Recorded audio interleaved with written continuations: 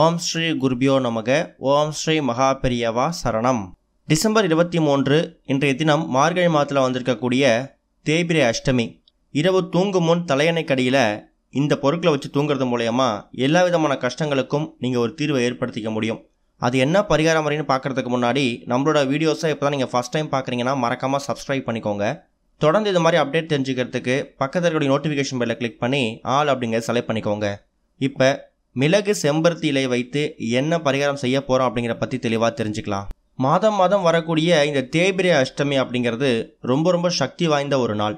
காவல் தெய்வமாக இருக்கக்கூடிய கால பைரவரை நாம் தேய்பிரை அஷ்டமியில் வணங்குறதால பலவிதமான நன்மைகள் நமக்கு வந்து சேரும். அதுலேயும் யார் ஒருத்தவங்களுக்கு எதிரிகள் தொல்லை அதிகமாக இருக்குது, போட்டி பொறாமை பில்லி சூனியம் ஏவல் இது மாதிரி விஷயங்களால் பாதிக்கப்படுறோம், இல்லை பாதிப்பு வந்துடக்கூடாது அப்படின்னு நினைக்கிறாங்களோ அவங்க எல்லாருக்கும் கால பைரவரோட வழிபாடு ரொம்ப முக்கியத்துவம் வாய்ந்த ஒரு வழிபாடு. மாதத்தில் வரக்கூடிய இந்த தேய்பிரை அஷ்டமி அப்படிங்கிறது நம்மளோட கஷ்டங்களையும் கடன் பிரச்சனையையும் பொருளாதார பிரச்சனையையும் தேய்ந்து போக வைக்கக்கூடிய ஒரு அற்புதமான ஒரு நாள். இந்த நாளில் உங்கள் வீடு பக்கத்தில் இருக்கக்கூடிய கோவிலில் இருக்கக்கூடிய பைரவர் சன்னதியில் ராகு கால நேரத்தில் அபிஷேக ஆராதனைகள் நடக்கும். பொதுவாக இந்த ராகு காலம் அப்படிங்கிறது தேய்பிரை அஷ்டமி அன்னைக்கு பைரவருக்கு உகந்த நேரம். அந்த நேரத்தில் நம்ம பக்கத்தில் இருக்கக்கூடிய கோயிலுக்கு போயிட்டு கட்டாயம் பைரவரை வழிபாடு செய்யணும். பைரவர் அப்படிங்கிறவருக்கு வாசனை மிகுந்த பொருட்கள் எல்லாமே ரொம்ப பிடிக்கும். சந்தனம், பன்னீர், அரகஜா, புனுகு, அதே மாதிரி வாசனை திரவியங்கள், இது மாதிரி என்னென்ன பொருட்களை அவங்க கையால் அபிஷேகத்துக்கு அலங்காரத்துக்கு வாங்கி கொடுக்க முடியுமோ அதை அவங்க கையால் வாங்கி கொடுக்கறதும் கூடுதல் சிறப்பு தான். ஒரு சிவாலயத்துக்கு போனீங்கன்னா அங்கே எல்லா கடவுளையும் வணங்கிட்டு கடைசியாக பைரவரை வணங்குற மாதிரி இருக்கும். அவ்வளோ பெரிய சிவன் கோவிலில் கடைசி தெய்வமாக இருக்கக்கூடிய பைரவர் தான் அந்த சிவன் கோவிலுக்கு காவல் தெய்வமாக இருக்கக்கூடியவர். அது மட்டும் இல்லை, சனி பகவானுக்கு குருவே இந்த கால பைரவர் தானா. அதனால் யார் ஒருத்தவங்க அவங்க வாழ்க்கையில் தொடர்ச்சியாக கால பைரவரை வழிபாடு செஞ்சுட்டு வராங்களோ அவங்களுக்கு சனி பகவானால் சனி தோஷத்தால் ஏற்படக்கூடிய பாதிப்புகள் அப்படிங்கிறது ரொம்ப அதிகமாக இல்லாமல் படிப்படியாக குறையும். இந்த ஒரு தேய்பிரை அஷ்டமி தினத்தில் நிறைய பேர் அவங்க வீடு போதோடைய கோவிலுக்கு போயிட்டு மிளகு தீபம், உப்பு தீபம், அதே மாதிரி தேங்காய் தீபம்னு சொல்லி அவங்க என்ன வழிபாடு செஞ்சுருந்தாங்களோ அதை ஒரு மாதம் செய்கிறது சிறப்பு தான். அந்த வகையில் டிசம்பர் 23 மார்கழி 8ஆம் தேதி இன்றைய தினம் தேய்பிரை அஷ்டமி அப்படிங்கிறது வந்திருந்தாலும் டிசம்பர் 22 ஞாயிற்றுக்கிழமை மாலை நேரத்திலேயே அஷ்டமி திதி ஆரம்பிச்சிடுச்சு. அந்த அஷ்டமி திதி இன்றைய தினம் டிசம்பர் 23 திங்கட்கிழமை மாலை 6:48 வரைக்கும் தான் இருக்குது. அதனால் கோவிலுக்கு போய்ட்டு வழிபாடு செய்கிறது, பூஜைகள் செய்கிறது, பைரவருக்கு விளக்கு போடுறது, இது எல்லாத்தையும் மாலை ஒரு 6:30 மணிக்குள்ளே செஞ்சுறது ரொம்ப விசேஷம். ஆனால் இப்போ நம்ம சொல்லக்கூடிய இந்த பரிகார முறையை நீங்கள் மாலை ஒரு 6-7 மணிக்கு மேலே வீட்லேயும் தயார் செய்யலாம். இல்லை இப்போ நீங்கள் கோவிலுக்கு போகிறீங்கன்னா கோவிலுக்கு போயிட்டு அங்கேயும் தயார் செஞ்சு எடுத்துகிட்டு வந்து இரவு தூங்க போகிறதுக்கு முன்னாடி உங்களோட தலையணை கடையில் இந்த 2 பொருட்களை வச்சு தூங்குறது ரொம்ப விசேஷம். இந்த பரிகாரத்தை செய்கிறதுக்கு உங்களுக்கு மொத்தமாகவே 2 பொருட்கள் தான் தேவைப்படுது. அந்த 2 பொருட்கள் என்னென்னா, ஒரு பொருள் ஒரே ஒரு செம்பருத்தி இலை, அடுத்ததாக 8 எண்ணிக்கையில் மிளகு. செம்பருத்தி இலை ஏன் எடுத்துருக்கோன்னா, காலபைரவருக்கு உகந்த நிறம் சிவப்பு. அவருக்கு சிவப்பு நிற மலர்களால் அர்ச்சனை செய்கிறதும் அலங்காரம் செய்கிறதும் ரொம்ப விசேஷம். அதுலேயும் செவ்வரளி மலர்களாலையும் செம்பருத்தி மலராலையும் பைரவருக்கு நாம் அலங்காரம் செய்யலாம், அர்ச்சனை செய்யலாம். அதனால் இந்த இடத்துல நாம் செம்பருத்தி இலை எடுத்துருக்குறோம். செம்பருத்தி இலை அப்படிங்கிறது எல்லார் வீடுகள்லேயும் ரொம்ப எளிதாக எப்பவும் கிடைக்கக்கூடிய ஒரு பொருள் தான். நீங்கள் வீட்டில் இருக்கக்கூடிய செம்பருத்தி இலையை நீங்கள் பறிச்சு ஒன்று கழுவி சுத்தப்படுத்தி வச்சுடுங்க. அதுக்கப்புறமா 8 எண்ணிக்கையில் மிளகு எடுக்க சொல்லியிருக்கோம். மிளகு அப்படிங்கிறது பைரவர் வழிபாட்டில் ரொம்ப முக்கியத்துவம் வாய்ந்த ஒரு பொருள். மருத்துவமும் மகத்துவமும் நிறைந்த பொருட்களில் இந்த மிளகும் ஒன்று. 10 மிளகு இருந்தால் பகைவர் வீட்டில் கூட சாப்பிட்லான்னு சொல்லுவாங்க. அந்த அளவு மருத்துவ குணம் இருக்குது. எந்த அளவுக்கு மருத்துவம் இருக்கோ அதே அளவுக்கு நம்மளோட கடன் பிரச்சனையை காணாமல் செய்யக்கூடிய வழிபாட்டில் இந்த மிளகுக்கு ஒரு முக்கிய பங்கு இருக்குது. அதனால தான் வாராகி அம்மனோட வழிபாட்டிலையும் காலபைரவர் வழிபாட்டிலையும் நம்மளோட எதிரிகள் தொல்லையை நீக்கிறதுக்காக, போட்டி பொறாமைகளை சுத்தமாக அறவே நீக்கிறதுக்காக இந்த மிளகை பயன்படுத்துவாங்க. நிறைய பேர் மிளகு தீபம் போடுறதும் கடன் பிரச்சனையெல்லாம் காணாமல் போகணும் அப்படிங்கிறதுக்காக தான்.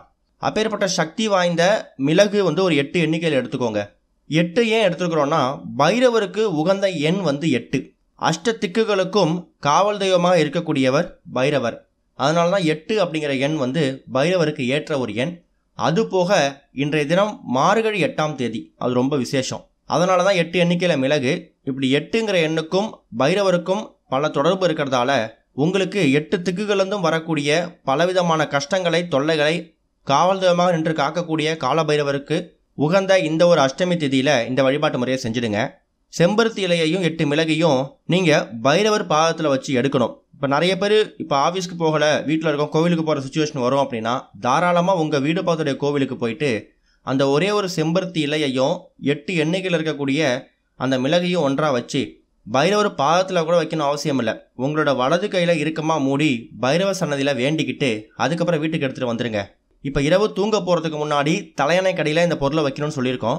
இப்போ காலை நேரத்தில் கோவிலுக்கு போகிறீங்கன்னா அப்போவே போயிட்டு நீங்கள் இந்த செம்பருத்தி இலையும் 8 எண்ணிக்கை மிளகையும் பைரவர் பாதத்துலையோ இல்லை உங்கள் கையிலோ இறுக்கமாக வச்சு பைரவரை வணங்கிட்டு வீட்டுக்கு எடுத்துகிட்டு வந்துடலாம். ஒருவேளை கோவிலுக்கு போக முடியல, நீங்கள் வீட்டிலாம் வழிபாடு செய்ய போகிறீங்கன்னா சிவபெருமான் ஃபோட்டோ சிலை கட்டாயம் உங்கள் வீட்டில் இருக்கும். அந்த ஃபோட்டோ சிலைக்கு முன்னாடி ஒரே ஒரு தீபம் ஏற்றி வச்சு அந்த தீபத்தை காலபைரவராக பாவிச்சு ஓம் காலபைரவாய நமகன்னு ஒரு 3 முறை சொன்னீங்கன்னா அந்த தீபத்தில் காலபைரவரோட அனுகிரகம் வந்துடும். அதுக்கப்புறமா நீங்கள் எடுத்து வச்சிருக்கக்கூடிய செம்பருத்தி இலையையும் 8 எண்ணெய்களை வச்சிருக்கக்கூடிய மிளகையும் அந்த விளக்குக்கு முன்னாடி வச்சு ஆசீர்வாதம் வாங்கிக்கோங்க. அதுக்கப்புறம் உங்கள் பூஜையெல்லாம் முடிச்சுட்டு உங்களோட அன்றாட வேலை பார்க்கலாம். இரவு தூங்க போகிறதுக்கு முன்னாடி இப்போ குடும்பத்தில் கூட எல்லா நபர்களும் இதை பண்ணணுமான்னு கேட்டிங்கன்னா அதுக்கு அவசியம் இல்லை. குடும்பத் தலைவர் அப்படின்னா குடும்பத் தலைவி 2 பேரில் யாராவது ஒருத்தவங்க இந்த பரிகாரத்தை செஞ்சாலும் அது குடும்பத்துக்கு நல்ல சுபிட்சத்தை ஏற்படுத்தும். குழந்தைகளும் வயதானவர்களும் கூட பண்ண தேவையில்லை. வீட்டில் இருக்கக்கூடிய ஆண்கள் பெண்கள் 2 பேரில் யாருனாலும் செய்யலாம். நீங்கள் பூஜை அறையில் வச்சு எடுத்து வந்ததாக இருக்கட்டும், இல்லை கோவிலுக்கு போயிட்டு கையில் இறுக்கமாக மூடி எடுத்து வந்ததாக இருக்கட்டும், அது ரெண்டுத்தையுமே சின்னதாக ஒரு கவர்லையோ இல்லை ஒரு பேப்பர்லையோ போட்டுருங்க. அதாவது அந்த செம்பருத்திலேயும் 8 எண்ணிக்கை மிளகையும்.